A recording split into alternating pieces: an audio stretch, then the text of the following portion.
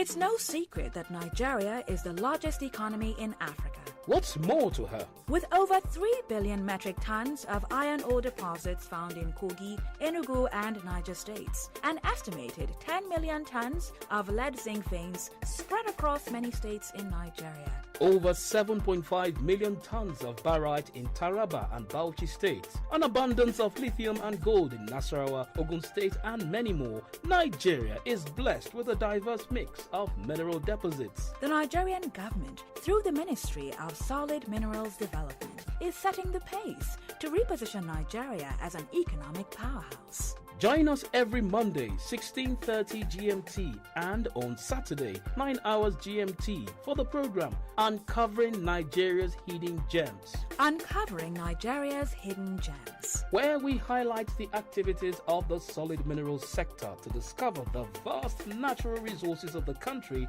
and know more about the sector. Remember, Mondays at 16:30 GMT and Saturdays at 9 hours GMT. Uncovering Nigeria's Hidden Gems.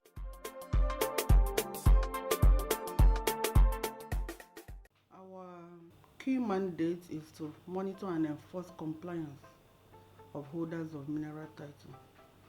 When I say compliance too with environmental obligations. An operator or a company or a miner, there are environmental documents that are expected to submit to the ministry before commencement of operations. Okay, we'll be looking at the environmental impact assessment, EIA of mining projects. Federal Ministry of Environment has the approval mandate to all EIA of mining projects, but they work with the ministry. The ministry and Federal Ministry of Environment has an MOU on approval of all EIA of mining projects. Then again, for EIA, it's a document that will identify the potential impacts of a project. And then when you identify potential impacts, you now put mitigation measures to be able to address all those impacts. Then one of the documents the mineral title holder submits to the department is Environmental Protection and Rehabilitation Program, EPRP. Then we'll have the fuel storage plan. Then we'll have the annual reclamation statement, which ensures the ministry to know the depth of excavation being carried out yearly. They're expected to submit that document before the 31st of December every year. Then most importantly is the community development agreement to ensure the social and economic benefit to the mining host community.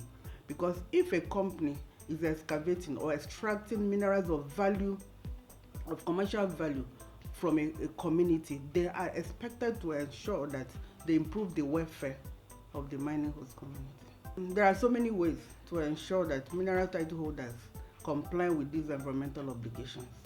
One way is we monitor what their activities to ensure that they abide with the dictates of the law. Then we sensitize them. We carry out sensitization program. We have done so much this year. We have done in Kwara State, Ondo State, Badagry, Lagos. We have done in Nasarawa. We have done in Plateau. We are planning for FCT on the 7th of November. We are going to Kogi State on the 12th of November, and on and on and on. So we sensitize them, we create like awareness, we interact with them. It's more of interaction. We engage them, we learn and unlearn during sensitization program to make them to know what they are, their obligations, environmental obligations. Like I said earlier, obligations.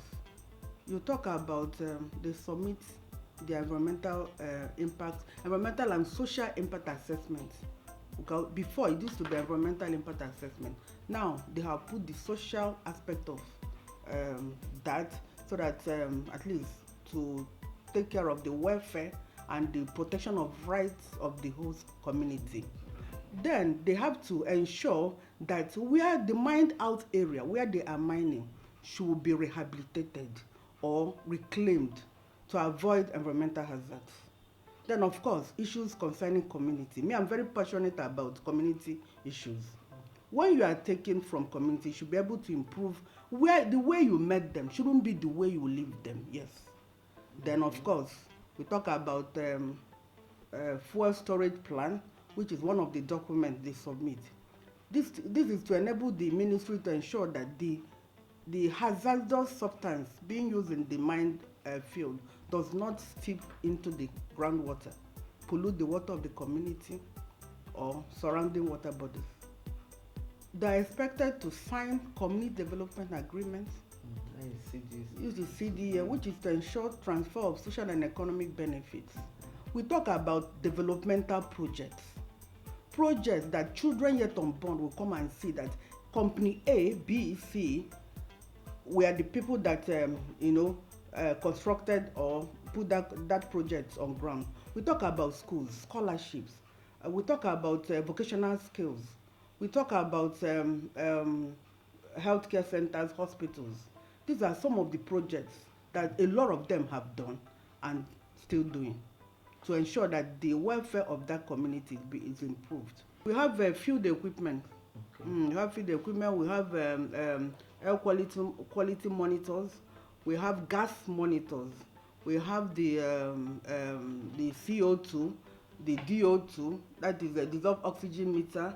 Then we have the pH meters. We have field equipment, which has been distributed to the field officers. And even this year, the ones the ones that were bought this year has equally distributed because when you distribute, you even train them on the use of the equipment, which was done in Jos. That was like 2 months ago. Work with Global Rights. We work with CTA, yes. Then we work with Ministry of Environment. We work with NESRA. Then we work with Center LSD. Center LSD, there is an NGO, funded by Ford Foundation. They were the people that helped us recently to revise our CDA guideline of year 2023, which was launched in November 2023. Yes. Talking about staff strength, both headquarters and my state officers put together, we are just 47. So inadequate manpower is our major challenge, because this mining we are talking about, they're in the remote areas, they're not even in the city. So you can imagine one MEC officer in Lagos State, the whole of Lagos State. He was traveling from Lagos to Badagry to make all the necessary arrangements. So, and you can imagine Niger State, how big Niger State is, just one person. So the major challenge for us is inadequate. In fact, if they give me 1 million persons now, I will carry. If they give me 200 persons now, I will pick. Because by the time you put 3 persons in the state, one person can even go to monitor something at the local government and stay there without even trying to come back. For example, Lagos now. If somebody is in Badagry, goes to monitor something in Badagry, you don't even need to begin to hurry back because you want to know what is happening in the office. So that is our major challenge. Then of course, the second one, funding. Every day. There's no day we don't get complaint. They write. When they write, what we do, when they write, and anything community, I treat it as a matter of urgency. So when they write, before I even raise memo to permanent secretary, this is what we now make calls to the FMO, MEC officer, ASM in that state. Please go and investigate.